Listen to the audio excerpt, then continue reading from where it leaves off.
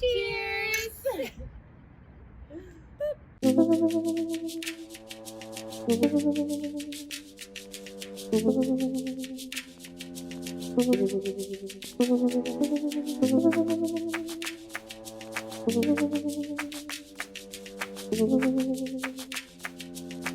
go.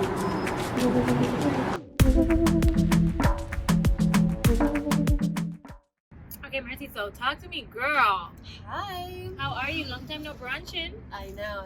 This is so cute. So talk to me about your journey, your decision to move to LA. Like, how do you decide to be an actress? Well, I guess I started to be an actress like late in life. I always knew I wanted to be an actress. I kind of bounced around with like different career options. But I think it was senior year of high school is when I decided. So you said you were a part of a sketch group. You were doing sketches in high school. Yeah, and stuff? I guess it was a sketch group. Mm-hmm. It didn't start off as a sketch group. Mm-hmm. I kind of wanted it. My friends to I had to kind of force some of them to do it, but to do like stupid stuff. I went to the mall and did crazy stuff. Mm-hmm. Like what? We did a crawl on the mall floor or ask people walking around what they thought about me crawling on the floor because we were doing like a. Did you a record race. these things?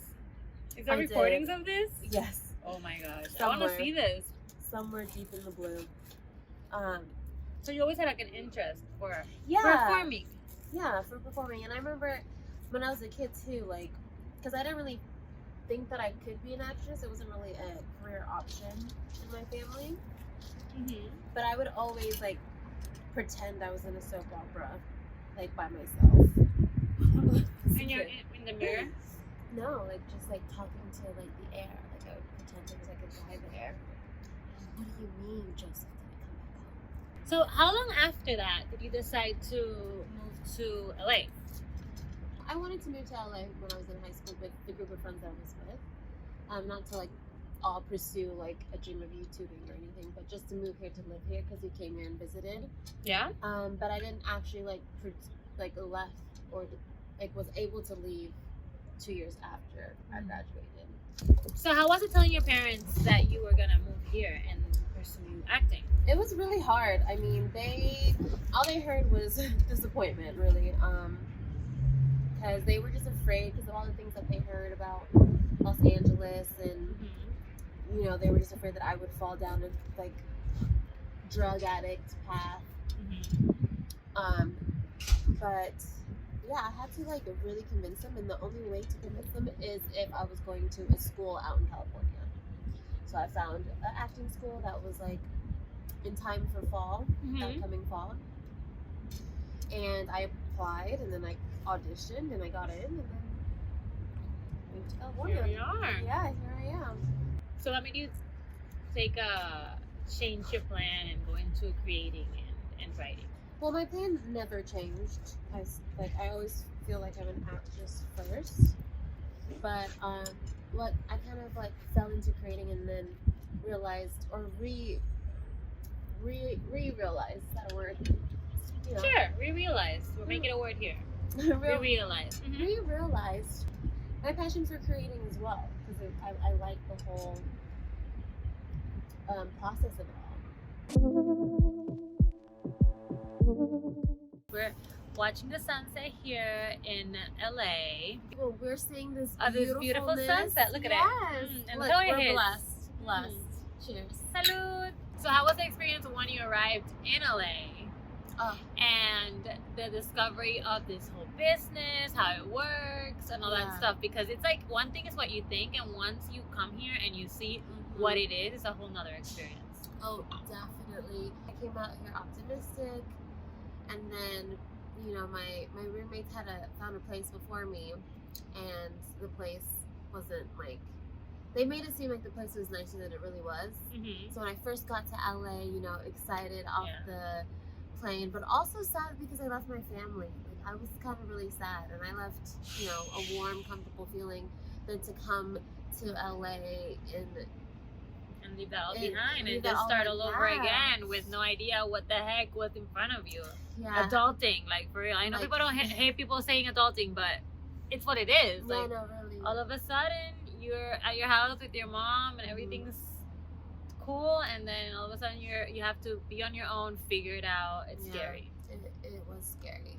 But like, we come in and, you know, we didn't have light the first night, you know, and, you know, there was roaches and the place wasn't that great, and I just cried.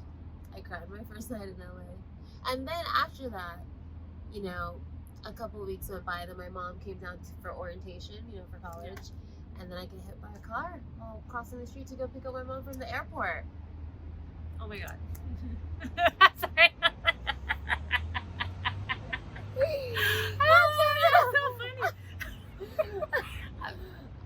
Listen, it was a long time ago, so we can laugh about it.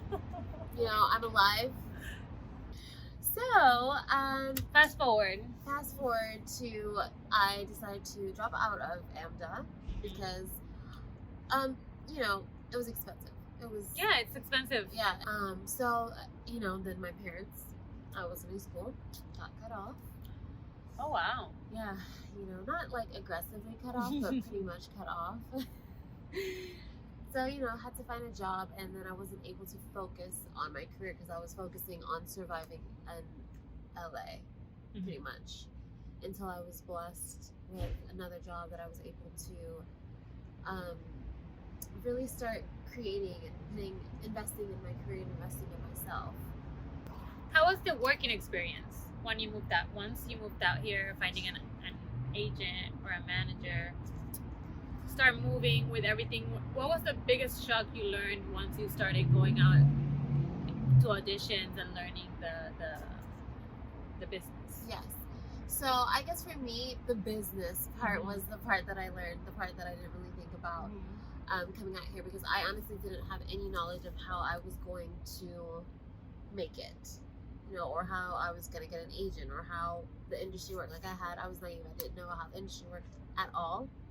So, you know, I did your basic research, you know, signed up for the casting website. So that's how I began. I signed up for the LA Casting Actors Access and started submitting myself to stuff, to projects, to shorts, or whatever. And then an agency contacted me through LA Access, and that's how I got my first agency, was through there. So what made you decide to go from acting to writing? I mean, I know you're doing both. Yes.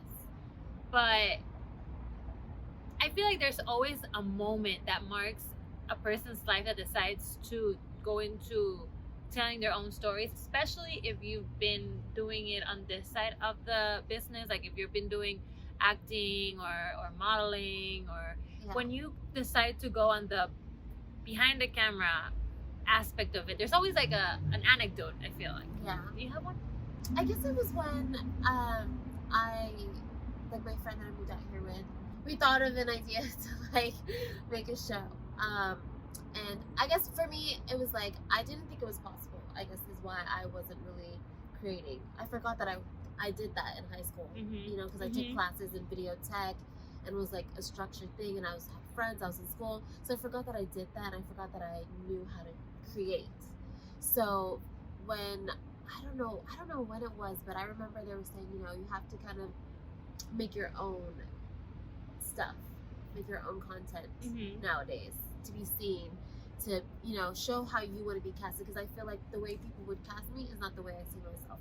I see myself as a multifaceted actress, like I can do anything. So that's kind of why I started creating, because I wanted to explore every single genre without having to beg. Being typecast. Yeah, I get that. I get that, because like I feel like it's kind of what happened to me. I started going for the role, these stereotypical roles that it's not the stories that I knew and the people that I came from. I knew how diverse they were, and how different their experiences were, and how complex they were. And I was like, why am I not seeing these roles portrayed or written in series? Yeah. And that's when I decided to start writing my own things, so we can show our own stories and the real thing that actually happens, that we're not just a stereotype, we're so much more. Like I was afraid of being like stuck in this, like, oh no, I have to play slave movies in order to win an Oscar, an Emmy, or I have to do a certain type of role, like I have to be a certain kind of way in order to, you know, make my way in this industry. Yeah, it's kind of what happened to me, that everyone was telling me, oh, you're like Sofia Vergara, you're like Sofia Vergara. And like right when I moved out here, I cut my hair off because I did not want, because I know I get it, but you don't want to have to follow the same recipe for this. You want to build your own path, and then when you feel like the only way to make it in this industry is doing it that way, it's like, it's fine, but why is it the only way? Yeah, like, you don't want to. It's like you don't want to feel limited. Yeah, you don't want to feel like you have to only play these certain kind of roles. So I feel like when you create your own stuff, you're not limited because you are creating the world that you see in your head. No, and I also, fun part. I love it. When we tell our stories, and when we decide to make that step to go into the other side and do the behind the camera stuff, we are giving a chance to kids that come after us to see that it's possible, and we are able to portray our communities, our stories, or our whatever it is with our reality, and people can see that there's different sides to us. Because I feel like if we keep seeing ourselves through the lens of, I have to say it, a white man, I mean, it is what it is. then it's just everyone is in a box, because that's the only way that they can see us exist. They cannot see us exist in all of our colors, in all of our different shades, in all of our different things that we bring. So now, creating. I know that you have found a new passion, and if you want to stir me away, I know you don't love this topic. I know, she's gonna call me the TikTok queen. I did not say that. I was gonna talk about your TikTok interest and how you have grown on there. Tell me about this TikTok journey of yours. Like, well, I know you were so against it. Yeah, I was supposed to say, you already know the start of it. She was so against it. I was like, listen, this TikTok thing is worth to take a look. I think there's something there. And she was like, Because at first, honestly, the concept, without watching it, without seeing the app or watching the videos on TikTok, like, it sounds really annoying. Like, it just sounds... Yeah, no, I totally get it. I totally get it. So I was just like, oh no, this is like another one that I have to keep up with. Like, I was just at this point already trying to focus all my energy on Instagram, and Instagram was already hard enough to grow. Like, it just felt like you were trying for nothing. But not trying for nothing, trying for yourself, but you weren't growing in a way that you wanted to because you believed that your content was good. Right? Yeah, and you're also not shown to everyone on Instagram. You're shown to your friends. Yeah. So once I started scrolling on TikTok and just kind of like doing any kind of TikToks that were trending, I was like, oh my god, okay, this is so much fun. Then I got so addicted. And then so addicted. Like, my addiction has calmed down a little bit now because I'm so spread out. Like, my mind is focused on so many things, but I have my time for each app. I mean, listen, it's important. I feel like we sometimes resist to like the new things because we're like, oh, this is so annoying. It's another thing. We have to learn it. I mean, you don't have to. You don't have to learn anything if you don't want to. But I feel like it's important to understand how the world is communicating and how it's evolving, and it's a mistake to resist too much. For sure. To things. Especially if you could try it, and if you don't like it, then don't do it. But I feel like it's still, because if the world's gonna keep moving and changing, and then all of a sudden you're not gonna understand what's going on if you're not paying attention. I don't know. No, you're right. I feel like, and also too, you can utilize these new platforms, especially if you get on it early. We're gonna have a part 2 on TikTok. We might have some Bruja Brunchera TikToks. Who knows? I don't know. I haven't explored that possibility. Okay. Talk to me about your spirituality. What do you do to stay connected, to stay grounded in this crazy career that we chose? Yes, prayer. I pray. My mom was a prayer warrior, and she prayed in many different ways. So that's kind of what I do. I used to go to church. I don't go to church anymore. I sometimes watch church on YouTube Life Transformation Church, shout out. I brought some show and tell. Because, oh my god! When I went home during the holidays. First show and tell. Right? On Bruja Brunchera. Just like prayer journals, prayer notebooks, prayer guides. It's a prayer guide. I feel like this would be interesting because this is Bruja Brunchera, but this is like casting witches and witchcrafts and... Because like I've always said, I don't see witch. I know in religion people see witches and being witchy or brujeria or brujos or whatever as like a bad thing. Come for me if you want to. I just think it's all connected. Yeah. Well, I guess for this one, it's because in Africa or in Nigeria, like black magic is common, so these prayers are kind of catered towards that environment. Okay. So it's kind of like the white magic to so the black magic stays away, like the dark magic. Yeah. Okay, you ready for lightning round? Yes. Biggest fear. Biggest fear. I try to keep it light, but my parents dying. That is my biggest fear. Your biggest fear is your parents dying. Yeah. Yeah, it's scary. Yeah. I remember the first time that I started thinking about that stuff. That's the only thing that really made me cry really bad, was thinking about any of my family members crying. Yeah. So I totally understand that. Yeah. Okay. A pet peeve. Pet peeve. Ooh, liars. Mm. Liars. Mm-hmm. A guilty pleasure. My guilty pleasure is reality TV shows. Oh my god, we might have a common denominator in this show Because it looks like it's everyone. really? I mean, not everyone's everyone. Some people have had other things, Yeah. but a lot of people.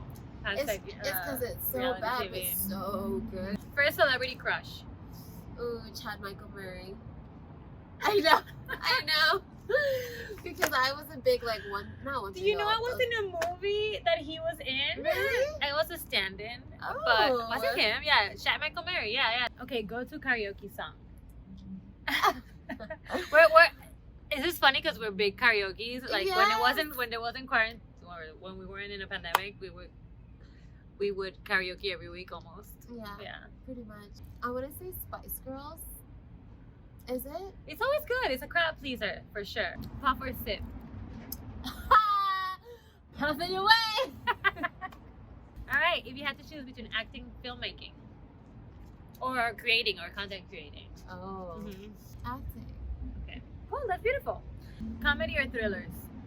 Ooh. A good comedy, but I do like thrillers. Change my answer. I'm going to change it to thriller because I've liked a lot more thriller movies recently than comedy movies. And last but not least, favorite curse word. I think it's bitch. That's a curse word? Is bitch not a curse word? I don't know, girl, but I'd be bitching away. I'd be Bitch like, is a- bitch. Bitch is a curse word. Oh, well. Yeah. Bitch. Bitch. Bitch. Bitch. Bitch. That's my Bitch. favorite. All right, friend. Thank you so much for going to brunch. Thank you for having me.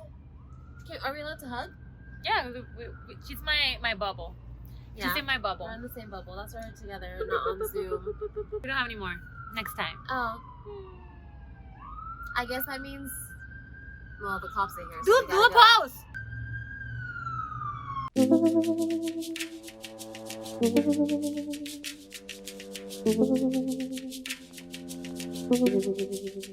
pause.